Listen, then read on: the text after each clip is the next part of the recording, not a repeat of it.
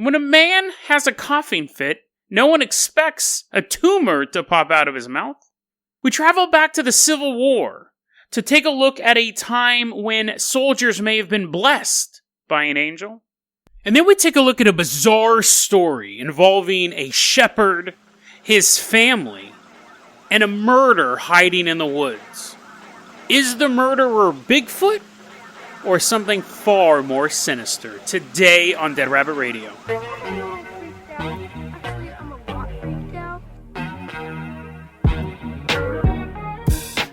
Hey everybody, welcome back to another episode of Dead Rabbit Radio. I'm your host, Jason Carpenter. I'm having a great day. I hope you guys are having a great day too. We got a lot of stuff to cover today, so we're going to get started right now. First off, let's give a shout out to our newest Patreon supporter, Amalia. Amalia, thank you so much for supporting the show. Really is awesome. You are going to be our pilot, our captain this episode, and I'm sending you out a sticker. If you can't support the Patreon, that's fine too. Just help get the word out about the show. That really helps out a lot. We also have a merch store, and join us on the Minecraft server. That's always fun playing. I'm going to be taking a pretty long vacation soon. I'm actually recording my episodes in advance right now. So I'm actually going to have 3 weeks where the episodes are going to still be playing. I'm going to have new episodes coming out. But I'm recording them all in advance. So when I'm on actual vacation for 3 weeks, it'll be the longest vacation I've taken since I started this show. It'll be fun, and you guys will have episodes. I think we'll have 1 week of repeats, but everything else should be fine. So, Amalia, let's go ahead and hop inside that Dead Rabbit rowboat. We are going to start off by rowing all the way from Oregon to China. Probably could have picked a better vehicle, but we'll get there eventually. We're headed back to the year 2019. It's March 2019. We're in Hunchun County. That's in the Hubei province in China. And we get out, our arms are super muscular, from rowing all the way from America to China. We're walking around, we're super buff. But we're not here to push people over. We're here, we put on our lab coats, to be doctors. We're just super muscular doctors. And when we get to China, we're going to walk around China a bit. We're going to this dude's house. Now, we don't have his name. This is a medical case. They don't really reveal people's personal information. When it comes to these type of cases, we'll just call him Michael. Michael is a 63-year-old man. And we're going to walk in to his house. We're super rude. We don't even knock. He's like, ah! He's shocked, but then we put on our invisibility cloaks, and he just thinks he was having a delusion. He has actually worse problems than a bunch of strangers appearing in his house. Michael is sitting in his house and starts trying to clear his throat. Something's wrong. He can't figure it out, but he's not going to go to the doctor, right? He's just going to work it through, right? And then one day, he's dealing with this throat issue, but one day, he gets super drunk, way more than a normal human drunk, right? But he's just, dealing with it. He has this lump in his throat. He just figures that maybe he is always nervous. So he also, on top of that, he seems to have a serious drinking problem, because one day he gets, according to my notes, super drunk. I don't know what the difference is between being drunk, very drunk, and super drunk, but for some reason I wrote down super drunk, so let's imagine it is Kryptonian levels of alcoholism. He ends up going to throw up because he's not a Kryptonian. He drank as much as Superman, but he's not Superman. He goes to throw up and he feels a horrible pain in his throat. Oh, and then he feels it. He feels it at the top of his throat. He feels it at the top of his throat. He feels a chunk of meat. Sorry, Molly. Molly's like, seriously? She's in the corner. Bleh. Why did I have to be on this episode? We're holding her hair back. Sorry, Amalia. He feels a chunk of meat in his throat. He tries to cough it up, and it's stuck. It's stuck in his throat. Just telling this story, I feel like something's stuck in my throat. He's trying to cough it up. He can't. He reaches into his mouth. He feels it. He says it's about 5 inches long. He starts to tug on it. There's something in his mouth that shouldn't be there. Something gross and slimy. And he's like, that's weird. I didn't eat a Taco Bell yesterday. I remember getting drunk, but I don't remember eating a chalupa. And he's pulling it, and it pops out. It pops out of his mouth. And he said it looked like a long, forked tongue. And it's actually now hanging out of his mouth. So what do? You're coming down from a insane drinking binge. You're thankful that you need Taco Bell, so you're like, oh yeah, that's fine. But, and you have a piece of meat sticking out of your mouth. He can't, yanking it, he's trying to pull it, it won't pop out. So he does the next alternative, right? He does the next best thing. He pushes it back into his throat. He begins drinking a bunch of water. He's like poking at it. I imagine he gets like a plunger. Eventually, it goes back into his throat. I'm sorry for my remaining listeners. I'm sorry. And then he goes to the doctor, right? Because it's one thing to have like a lump in your throat in a couple days, whatever. But when it comes out and you can actually look at it and you can feel it, how slimy it is, he goes to the doctor. Doctor looks in there. Doctor, I'm assuming, doesn't believe him at first. He's like, and then, Doc, after my incredible drinking binge, something came out of my body. The doctor's like, let's run a couple tests on your liver before we take a look at this quote-unquote forked tongue in your mouth. After they basically flush his liver. It was a tumor. He had a benign tumor that had been growing in his throat, and it was getting bigger and bigger and bigger. And then one day he coughed it up and panicked and he pushed it back in. And they did take it out. He doesn't have it anymore. They took out their tumor. As far as we can tell, Michael is totally fine. He may still have a drinking problem. Hopefully not. Hopefully he's like, I'm swearing off liquor. But interesting little note here. It was a benign tumor. He said it was like a long forked tongue. What if alien hybrid, right? He's a half reptilian. That's why he could drink. Maybe he really is from Krypton. That's why he could drink so much. So, Michael, hopefully you're not the first wave of an alien invasion. Hopefully you were just a man with a benign tumor in your throat. And hopefully you are now, maybe you're just having a drink after work instead of getting, quote, super drunk. But disgusting story. And I just wanted to share that with you. That one had actually been in my notes for a long time. It's one of those stories that I was like, well, I could tell it, but a lot of people will probably get disgusted by it. It was one of those stories. Amalia, are you ready to take off? She's nodding her head. She'll be anywhere but this story. Let's go ahead and hop in the Carpenter copter. And you see me with a little thing in my pocket. Amalia's like, is that the tumor dude? Are you bringing that guy's tumor with me? I was like, what? I keep mementos from all my stories. I'm holding the tumor. I'm all swallowing it. Tastes like benign. Let's go ahead and leave behind China. We're in the Carpenter copter now. We are flying out to old-timey America. We're going back to the time of the Civil War.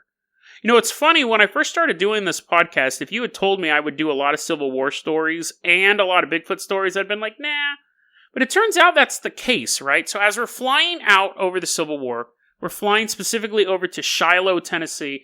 Let's put on our Union outfits. Let's put on our blue outfits.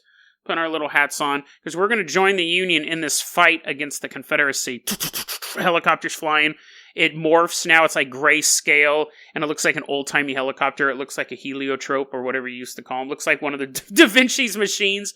We're flying over the battlefield in old-timey fashion. It's April 6th, 1862. We're in Shiloh, Tennessee. We're flying over this. It's not a battlefield yet. The Union troops are just kind of hanging out in the area. And unbeknownst to them, we see 40,000 Confederate troops headed towards them. How does 40,000 of anything sneak up on you? But the Union, apparently they were all napping at the same time. 40,000 people come over the hill. There's a massive battle. It's the Battle of Shiloh. It goes from April 6th to April 7th. Union and the Confederacy shooting at each other. Cannonballs going everywhere. Within these 2 days of battle, 16,000 wounded. And they're just like laying there. Oh, I got shot in the stomach. I'm going to pull out that little tumor. I'm going to stick it in the wound. You'll be okay. Now, for the other 15,999 people, I need more tumors. Stat. Doctor's like, what? He's just holding two saws. He's like, no, I'm just going to cut these people up. Okay, but if I can get more tumors, I can patch up all these bullet holes. There's a dude with a cannonball in his stomach. I'm like, we're going to need a bigger tumor for that one. But anyways, this is very interesting. So you got people laying in the mud. They're all shot up and stuff like that. And 16,000's a lot. So it's not like, it's going to take a while. I think even in modern medicine, it would take a while to treat 16,000 wounded. Now, some of them just were like, I got a splinter in my hand from when the gun did that.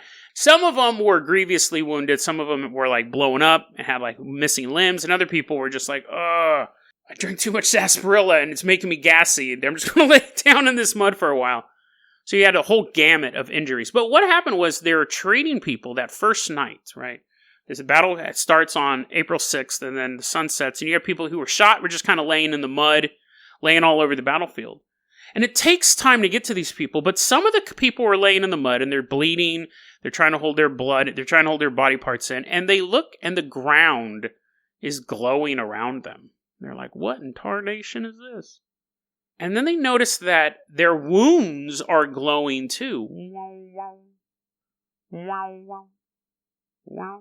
And you'd have the doctors, medics come out and find the people, bring them back to where they can treat them.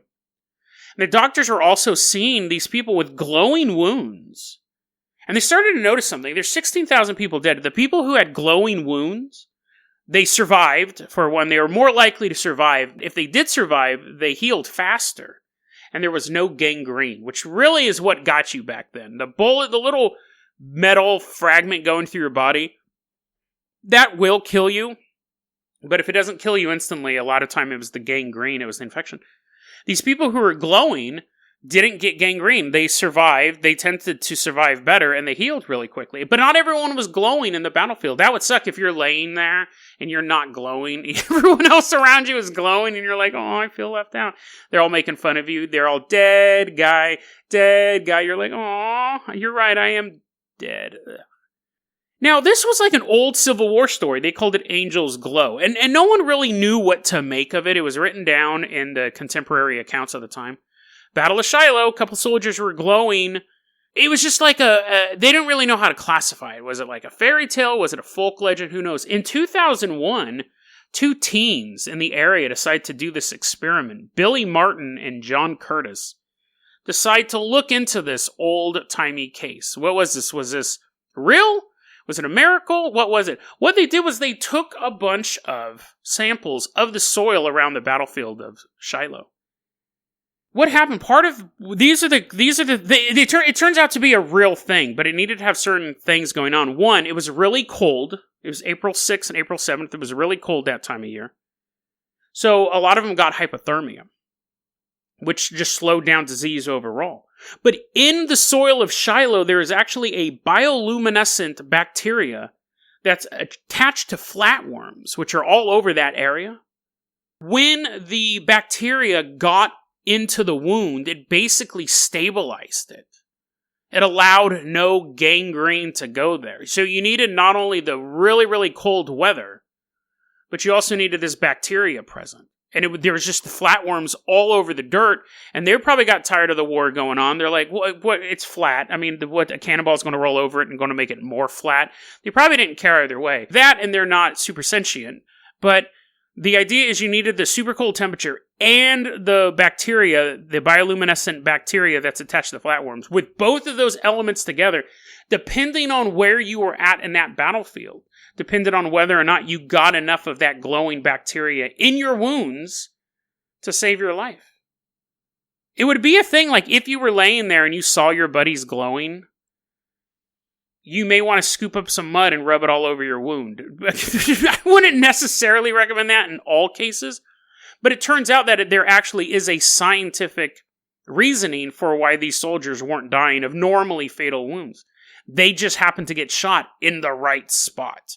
Not like shot in your liver as opposed to your heart, but they fell in the soil where there was a lot of these worms, where other people may have been shot in the shoulder and was sitting up, and they weren't laying in the mud, and it wasn't getting the right amount of bacteria in there, the good bacteria, and then they would die of gangrene in their shoulder. Very, very bizarre story. A mystical legend that actually has a scientific explanation. So thank you, Billy Martin and John Curtis, for letting us know the secret to the Angel's Glow. I wonder if, like modern medics, they should have a little pack of mud. Someone's like, medic! Medic! And there's some guy running across the battlefield, and he just starts throwing mud on GIs, and they're like, oh, yes, yes. And then their skin looks so nice, and they have that glow. And they're ready to go. I wonder if they've been able to package. I patent that idea, dude. DARPA, don't take that. I patent packs of mud from Shiloh. Don't do that. Do it, but give me credit. I want a penny for every ounce of mud. But Amalia, let's wave goodbye to those two young kids, Billy and whatever the other dude's name was. I put my notes away. Bye, dudes. John. He's wiping away his tears. I forgot his name. Bye, Billy. Bye, John. We're saying goodbye to them. I've left behind my lucky tumor, but I don't think we're going to need it. We're actually headed out to Kyrgyzstan. The year is 1990. Helicopter. We're back. We're no longer an old-timey helicopter. We're the sleek, battle-hardened carpenter copter that you all know and love. We're flying out to Kyrgyzstan. Now, this story is originally was published in a newspaper called Literature Kyrgyzstan. Every source I found of this story online, I originally saw this in thinkaboutitdocs.com, but then I looked for other references. They all repeat the story verbatim, which generally makes it suspicious. But let's take a look at this story. Let's pretend this story is 100% accurate. I think it's an interesting one. Molly, let's bring that carpenter copter nice and low, flying over the beautiful hilly landscape of Kyrgyzstan. Once we land, we're going to meet a shepherd. He comes out, "Hey, people, I'm coming." Apparently, I sound like Santa Claus for some reason. We're like, "Hey." I'm sitting on his lap. You're like, "Jason, get up. It's not really Santa Claus." Aww. "My name is Omusha. I am a shepherd. As you can tell from this flock of very loud sheep behind me. Here is my beautiful wife, and my young son is in the house. He's playing Nintendo 64. But that's not why you're here. I know why you're here. You're here to talk about the monster on the rock." And so, here's the story that's been going around through this newspaper article, Kyrgyzstan, Literature Kyrgyzstan. Out in the middle of Kyrgyzstan, you had Omushu, his son, and his wife. And they're eking by. It's not the most lucrative business, but, a shepherd's going to do what a shepherd does. He's going to shepherd. And he has a bunch of sheep, takes them out in the pasture, lets them eat, then brings them in at night, puts them in the fence, goes home, kicks his feet up, and dreams. Counts sheep! Counts sheep, literally falls asleep on the job all the time. But one day he's sitting there, he's out in the pasture, and he hears his wife, and he's like, "That's weird. Normally she only makes that sound when I'm with her." He turns around and he sees her panicking, pointing up at a rock, a massive rock that overlooks the pasture, and he follows her finger up to the rock, and he sees on top of the rock a massive, hairy creature staring down at them. Once it got the attention of Omusha, it jumps off the rock and runs into the forest. And the wife goes, "Listen, I don't ask for much from this marriage, okay? I knew what I was getting into when I married a shepherd, but please, that is too far. I didn't think when I took the vows that there would be a monster involved somewhere. Can we leave?" And Omusha goes, "No, this is so beautiful. Look at all these sheep are grazing peacefully. I mean, sure, yes, you do have the occasional 8-foot-tall monster on the rock, but I will go hunt it. I'm good at two things, sheeping and shooting." So he walks into his house, he gets his rifle. So it's always at the ready. Now, he does go out into the woods a couple times. He's trying to track this thing down. He's walking around. He's looking for it. He's looking for any giant other rocks it could be hiding on. He can't find any evidence of it, but the classic evidence of a Bigfoot, he finds footprints. He finds footprints. So the creature was out here, he thinks to himself. But then he just goes home because he can't find it. What's he supposed to do? Just hang out at the footprint all day long? He's sleeping in it. He's curled up sleeping in it. A couple days later, he's out of the pasture again. Kind of forgotten about it. I mean, I guess if you're in the middle of Kyrgyzstan and you're a shepherd, you got more important things to worry about. You can't I think, honestly, being a Bigfoot hunter, having the time to go out and hunt Bigfoot, means you don't really have much else going on. I don't know of many people who, work at a factory 40 hours a week. They're but the weekends belong to Bigfoot. If you're actually going out and hunting Bigfoot, that's probably your main job. So he had other things to do. He had to do some sheep stuff. But one day he's out in the pasture, and his wife starts freaking out again, and he's like, "Oh, what?" He kind of knows what it is, so he doesn't even waste time to turn to her. He looks up at the rock, and there's the creature. But see, he had been prepared this time. He really didn't seem to mind the creature at all, but he was probably more upset at his wife screaming all the time. He pulls his rifle out, which he had at the ready, and he takes a shot. Creature jumps off the rocks, runs into the forest. She's like, "Can we please leave?" He's like, "Come on. Tell you what, I know what's going to happen. I hit it. Tomorrow morning, I'm going to wake up. I'm going to go check out that rock." Because it was kind of dusk at this point. And there's probably going to be a body 30 yards in the forest, because I got it good. I'm not going to worry about it. You don't worry about it, whatever. The next day, sure enough, he went out there, and the rock did have a blood trail leading away from it. So he knew that he'd shot it. He begins walking, following the blood trail. Eventually, it dries up, but he figures it's not coming back. Whatever it was, it's not coming back. A couple days later, he's walking through his pasture. Sheep are just walking around, and he sees a lump in the field. It's weird. I don't remember leaving any lumps out here. He checks his mouth. No, it didn't spit up any tumors. Let's go see what this lump is. As he's walking closer to it, he realizes it's not just a lump. It's the body of his son. There's an interesting detail to this, because when he goes up to the body of his son, the son's dead. But he has the line that's used repeatedly is, there was no violence shown on the body. He wasn't bashed up, he wasn't beat up, he wasn't torn in half. Sorry, that's a little gruesome, but I mean, we're talking about a Bigfoot creature here. No, none of those things. That's not what killed him. I'll get to the cause of death in a bit, but for dramatic reasons, we're just going to have the father bring the child back to the house, the grieving mother. And Omushu swears at that point he's going to kill this creature, however long it takes. Grabs his gun, grabs some supplies, goes into the forest, and is trying to track this thing down. Now, a couple nights pass. He's spending nights in the forest. He can't find it. After about 3 or 4 nights, he goes, I gotta go back, get some more supplies from home. So he comes back home, he sees the sheep in the pen, walks into his house. There his wife lays. No violence done to her body. She's dead nonetheless. Omushu gets a hold of a friend of his, another shepherd, named Shapak. He goes, Shapak, this thing killed my son, killed my wife. I gotta kill this thing. I gotta do whatever it takes. I need you to watch my sheep while I'm gone. I will be back.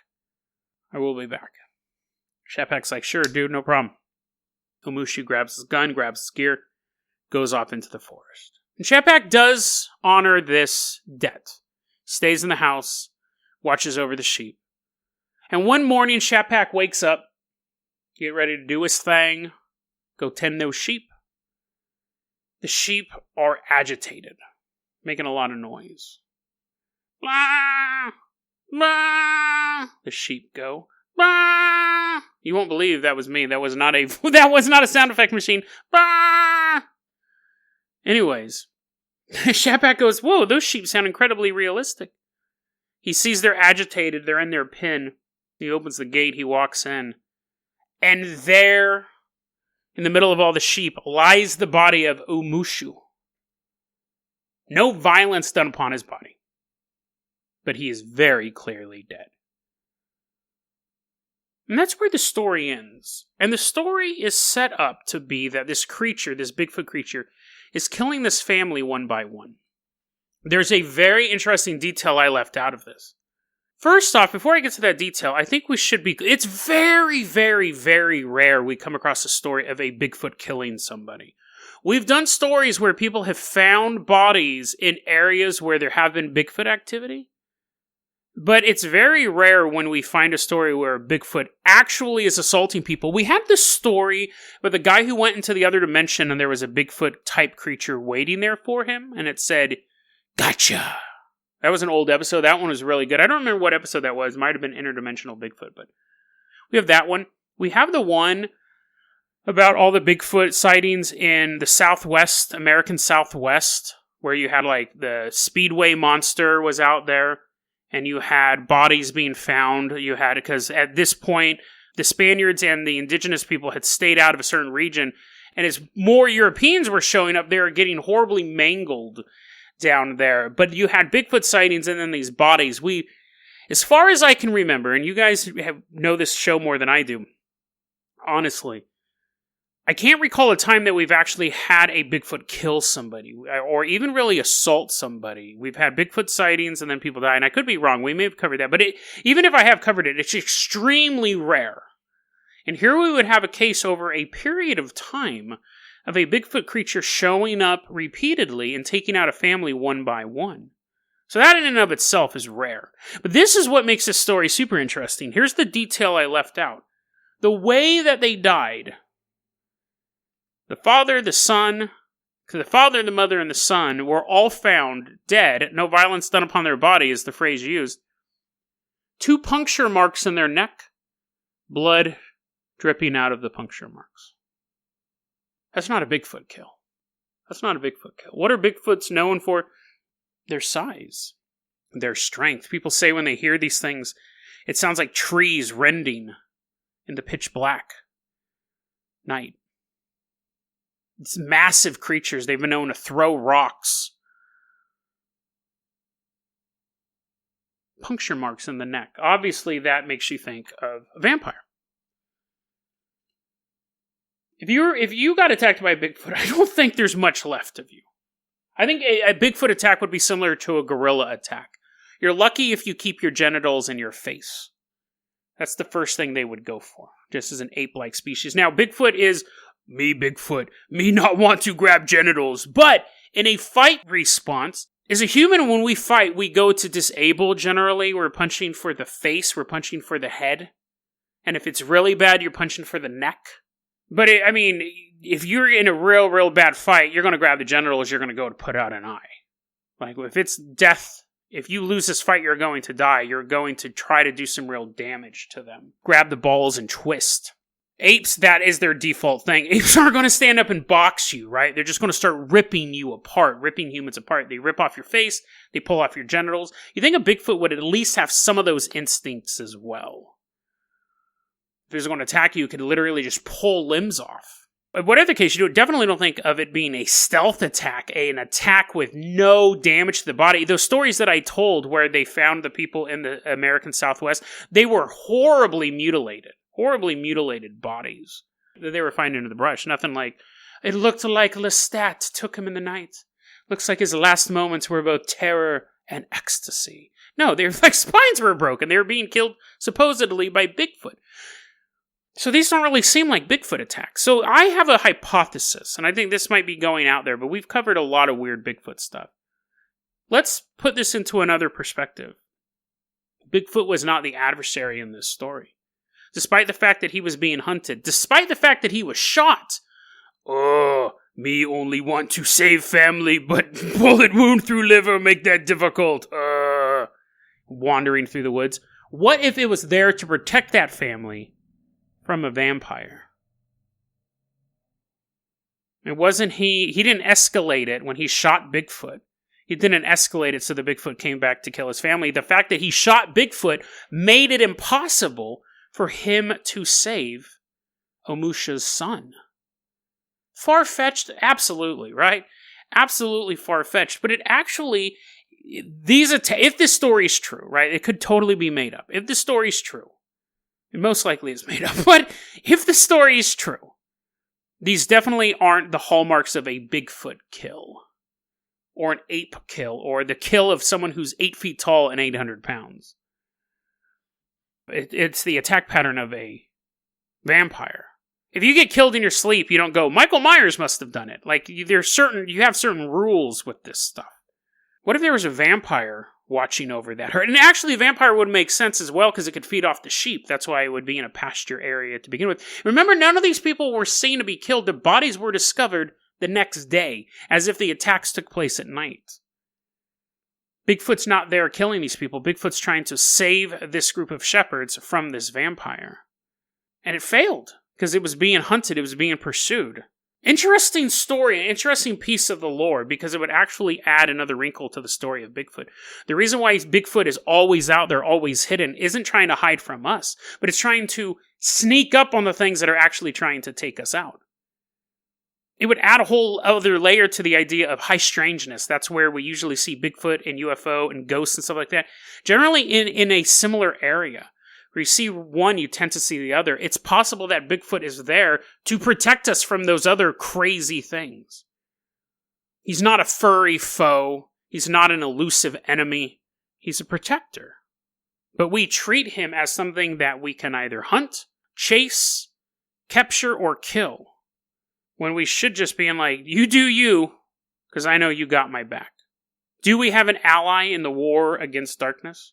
And is that ally our 8-foot friend, the Sasquatch? It would make sense why he's seeing all over the world.